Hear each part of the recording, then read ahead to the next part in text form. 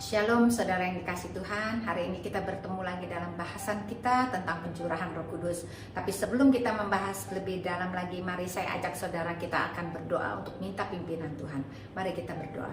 Bapa dalam surga, terima kasih untuk hari ini. Kami ingin membahas tentang pencurahan Roh Kudus, tapi kami percaya Tuhan, Engkau maha dahsyat dan ajaib. Engkau akan memberikan kami pengertian demi pengertian supaya kami bersiap-siap bahwa akhir-akhir ini adalah akhir zaman. Kami semua akan diselamatkan oleh Tuhan. Oleh karena itu berikanlah hikmat-Mu, berikan pengertian-Mu, dan urapi hamba-Mu yang akan menyampaikan firman-Mu ini, sehingga kami semua boleh mengerti tentang isi hati-Mu.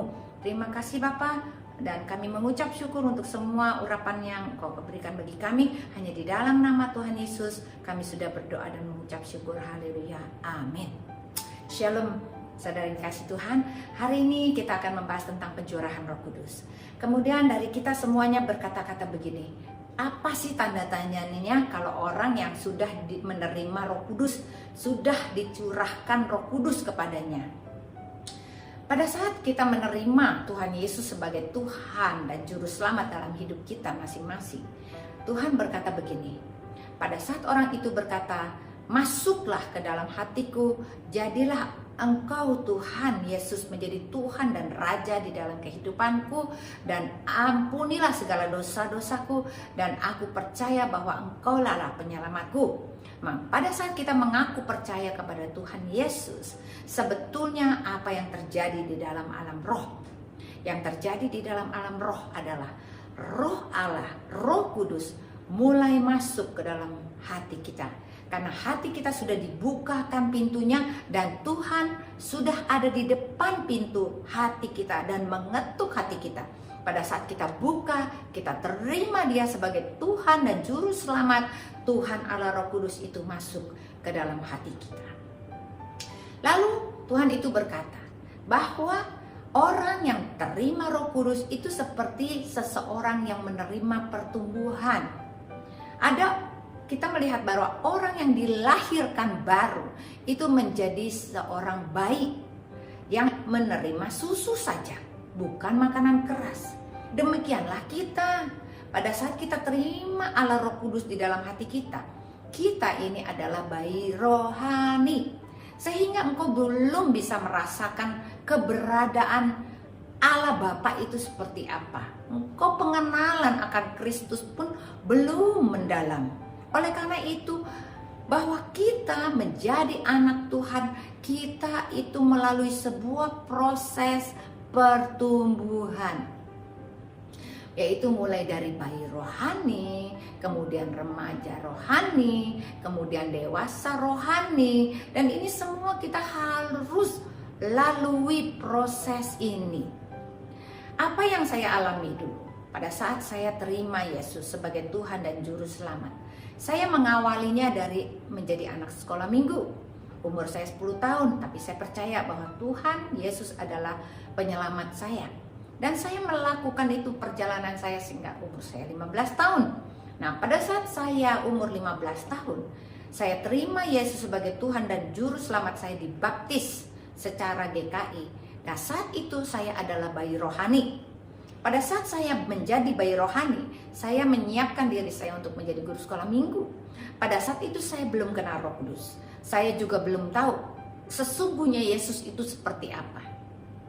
Perjalanan saya berjalan terus sampai 5 tahun saya mengajar. Tetapi perlahan-lahan kepercayaan saya kepada Tuhan Yesus itu semakin dalam, semakin deep dan semakin deep. Sehingga suatu hari kelak, pada saat saya ingin berdoa buat kuku saya, tante saya yang kerasukan setan, padahal hari itu dan saat itu saya juga tidak tahu caranya harus seperti apa. Tetapi saya punya iman dan saya sungguh berharap percaya saja kepada kuasa Yesus yang akan diberikan kepada saya saat itu. Aku percaya bahwa Tuhan akan menyembuhkan tante saya ini di dalam nama Yesus. Nah, saat itulah kuasa Roh Kudus itu tiba-tiba hadir secara penuh di dalam diri saya. Sehingga saya mulai dibangunkan untuk baca Alkitab setiap malam dan mulai diajar untuk berdoa setiap hari. Itu adalah perjalanan iman kita. Dari bayi rohani, kita menjadi remaja rohani, kemudian kita juga menjadi dewasa rohani. Perjalanan murid-murid Tuhan Yesus juga sama seperti itu. Tentang pencurahan Roh Kudus, Tuhan sudah berkata bahwa aku harus pergi ke rumah Bapa dan aku akan naik ke surga. Pada saat aku naik, aku akan memberikan kepadamu Roh Kudus yang akan mendampingimu menjadi seorang penasehat, dan juga Dia yang akan menolongmu di dalam untuk mengerti segala sesuatu yang diajarkan oleh Roh Kudus untuk mengenal Tuhan lebih dalam. Hal-hal itu waktu itu murid-murid Tuhan Yesus sendiri masih belum mengerti apa yang namanya menerima kuasa Roh Kudus. Karena Tuhan berkata, kalau aku di sini engkau tidak akan pernah menerima kuasa Roh Kudus. Tapi kalau aku naik ke surga, engkau akan menerima kuasa Roh Kudus yang akan dicurahkan untuk semua manusia. Itulah janji Tuhan yang kita akan baca pada perikop ini. Mari kita baca dari Kisah Para Rasul 2 ayat 14 sampai dengan 21 yang berkata begini. Judulnya adalah Khotbah Petrus. Maka bangkitlah Petrus berdiri dengan ke-11 rasul itu, dan dengan suara nyaring ia berkata kepada mereka, "Hai kamu orang Yahudi dan kamu semua yang tinggal di Yerusalem, ketahuilah dan camkanlah perkataanku ini. Orang-orang ini tidak mabuk seperti yang kamu sangka, karena hari masih pukul 9. Tetapi itulah yang difirmankan Allah dengan perantaraan Nabi Yoel yang akan terjadi pada hari terakhir." Kita sampai di sini dulu. Siapakah Petrus? Petrus ini adalah murid Tuhan Yesus yang mengingkari Yesus 3 kali sampai ayam berkokok. Pada saat Tuhan Yesus berkata, saat malam hari itu dia mengadakan perjamuan kudus, semua mau ikut bilang. Petrus mengatakan, "Aku siap mati untukmu Tuhan, ikut setia kepadamu Tuhan." Tetapi apa yang terjadi? Pada saat di Taman Getsemani, Tuhan Yesus mulai ditangkap. Petrus dan teman-temannya mulai melarikan diri, kabur. Dan pada saat Tuhan Yesus mulai diadili dan kemudian mulai digerek dan ditangkap dan dibawa dengan di jalan salib, ada orang-orang yang melihat Petrus ngintip di situ atau berdiri di situ menutup mukanya. Tapi mereka berkata, "Aku kenal engkau adalah salah satu murid Yesus." Apa yang dikatakan Petrus? Petrus berkata, "Aku tidak kenal dia." Sampai 3 kali Petrus itu menolak Yesus, mengingkari Yesus. Jadi sebetulnya pribadi Petrus yang sebelum menerima Roh Kudus ini adalah seorang pecundang. Dia pengecut. Dia mengingkari kata-kata dan janjinya kepada Tuhan Yesus. Dia berkata, "Aku siap mati buat Tuhan." Tetapi pada saat seseorang mengatakan bahwa engkau adalah murid Yesus, dia langsung menolaknya dan mengingkarinya. Saudara yang dikasih Tuhan, bukankah kita juga sama kadang-kadang seperti itu? Kita mungkin dalam segala sesuatu situasi, kita mungkin bertindak sama seperti Petrus. Kita mengumpet, kita menyembunyikan diri kita supaya gak ketahuan dari orang-orang. Sebetulnya kita adalah murid Tuhan Yesus. Tetapi yang terjadi, perubahan yang terjadi pada Petrus dahsyat dan luar biasa. Mari kita lanjutkan pembacaan kita.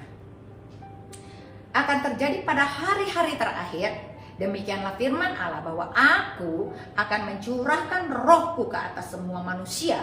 Maka anak-anakmu laki-laki dan perempuan akan bernubuat, dan terumamu akan mendapatkan penglihatan-penglihatan, dan orang-orangmu yang tua akan mendapat mimpi. Juga ke atas hamba-hambaku laki-laki dan perempuan akan kucurahkan Rohku pada hari-hari itu, dan mereka akan bernubuat. Dan Aku akan mengadakan mujizat-mujizat di atas, di langit, dan tanda-tanda di bawah, di bumi, darah dan api dan gumpalan-gumpalan asap. Matahari akan berubah menjadi gelap gulita, dan bulan menjadi darah sebelum datangnya hari Tuhan, hari yang besar dan mulia itu. Dan barang siapa yang berseru kepada nama Tuhan akan diselamatkan. Saudara terkasih, bahwa Tuhan sudah membuat nubuatan, yaitu nubuatan dalam kitab Nabi Yoel, bahwa di dalam hari-hari terakhir Tuhan akan mencurahkan rohnya ke atas semua manusia. Berarti tidak pilih bulu, semua manusia. Maka anak-anakmu yang laki-laki dan perempuan mereka akan bernubuat. Yang tua-tua mereka akan melihat penglihatan. Dan apa yang terjadi? Suatu perubahan yang besar. Karena Tuhan mengadakan mujizat-mujizat yang ada di langit di atas dan juga di bumi di bawah. Bahwa hari Tuhan itu akan terjadi kegemparan yang besar dan dahsyat. Maka orang-orang akan berseru dan mencari nama Tuhan. Hal inilah yang disampaikan oleh Petrus, Rasul Petrus saat waktu itu dia dikatakan mabuk karena anggur pada saat dia menerima kuasa Roh Kudus. Apa perbedaannya orang yang sudah menerima kuasa Roh Kudus dan orang yang belum menerima kuasa Roh Kudus? Perbedaan yang paling utama adalah bahwa orang yang sudah menerima kuasa Roh Kudus mempunyai keberanian untuk bersaksi, untuk memberitahukan apa yang akan datang tentang nubuatan-nubuatan yang sudah dikatakan di Alkitab. Rasul Petrus dengan berani mengatakan bahwa akhir zaman segera akan tiba. Rasul Petrus juga melanjutkan perkataannya yang kita simak di dalam ayat selanjutnya, yaitu ayat 38 dan 39 yang berkata begini. Jawab Petrus kepada mereka, bertobatlah dan hendaklah kamu masing-masing memberi dirimu dibaptis dalam nama Yesus Kristus untuk pengampunan dosamu. Maka kamu akan menerima karunia Roh Kudus. Sebab bagi kamulah janji itu dan bagi anak-anakmu dan bagi orang-orang yang masih jauh, yaitu sebanyak yang akan dipanggil oleh Tuhan Allah kita. Amin, saudara.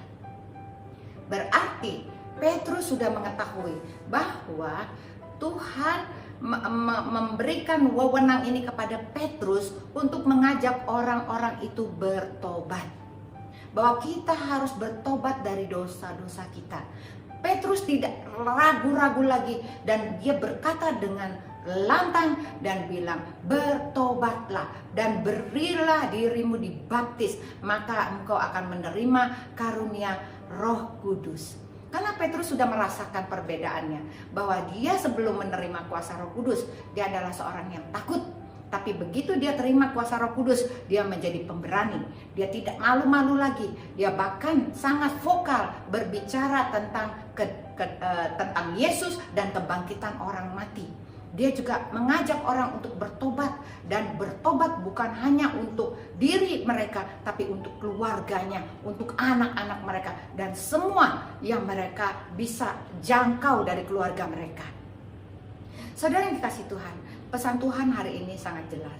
Berarti saudara dan saya menerima wahyu dari Tuhan supaya kita diberikan kuasa oleh Roh Kudus di dalam diri kita untuk kita pakai, untuk kita beritakan, untuk kita mengajak orang lain bertobat dari jalan-jalan mereka yang jahat, bertobat. Tadinya mereka tidak kenal Yesus, sekarang mereka kenal Yesus.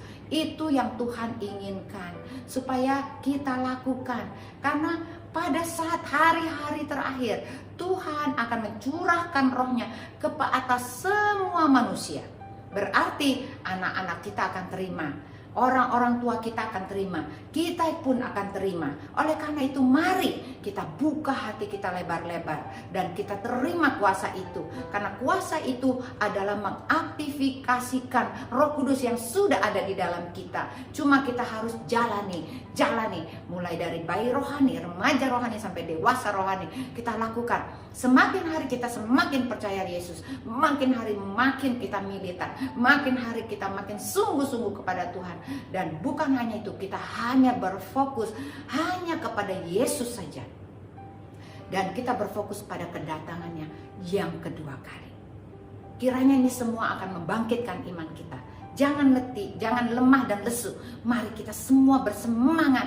Kita penuh dengan semangat yang berapi-api. Kita sambut Tuhan, kita sambut Roh Kudus. Kita hidup di dalam Roh Kudus sehingga kita, api yang ada di hati kita itu bisa dirasakan oleh keluargamu, dirasakan suamimu, dirasakan istrimu, dirasakan anak-anakmu, saudaramu, orang tuamu, semua mereka bisa merasakan api Roh Kudus ada di dalam hidupmu, dan engkau memberikan impartasi yang positif untuk seluruh keluargamu dan seluruh lingkunganmu, komunitimu, dan gerejamu. Itu yang Tuhan inginkan. Demikianlah firman Tuhan yang kita terima hari ini. Sebelum kita tutup, mari kita berdoa terlebih dahulu. Bapa dalam surga, terima kasih untuk firman-Mu yang iya dan amin. Kami percaya kami sudah terima Roh Kudus di dalam hati kami. Kami percaya pada saat kami dibaptis, kami percaya kepada Yesus, maka Roh Kudus sudah ada di dalam kami. Kami mengaktifkan Roh Kudus di dalam kami dengan sungguh-sungguh hidup bersama dengan Engkau. Semakin hari semakin percaya, semakin hari semakin berdampak bagi lingkungan dan keluarga. Semakin hari semakin mencintai Tuhan melebihi apapun, dan kami pun akan menjadi sama seperti murid-murid Tuhan Yesus yang berani, dan mereka akan bersaksi tentang Tuhan Yesus dan mengajak orang-orang lain untuk bertobat sehingga mereka boleh menerima keselamatan itu di dalam nama Tuhan Yesus. Terima kasih, meteraikan semua firman-Mu di dalam hati kami masing-masing. Kami percaya kami akan menjadi berkat bagi banyak orang. Terima kasih Bapa, gunakan kami sebagai alat kudus di tangan-Mu. Hanya di dalam nama Yesus kami sudah berdoa dan mengucap syukur. Haleluya. Amin. Tuhan Yesus memberkati.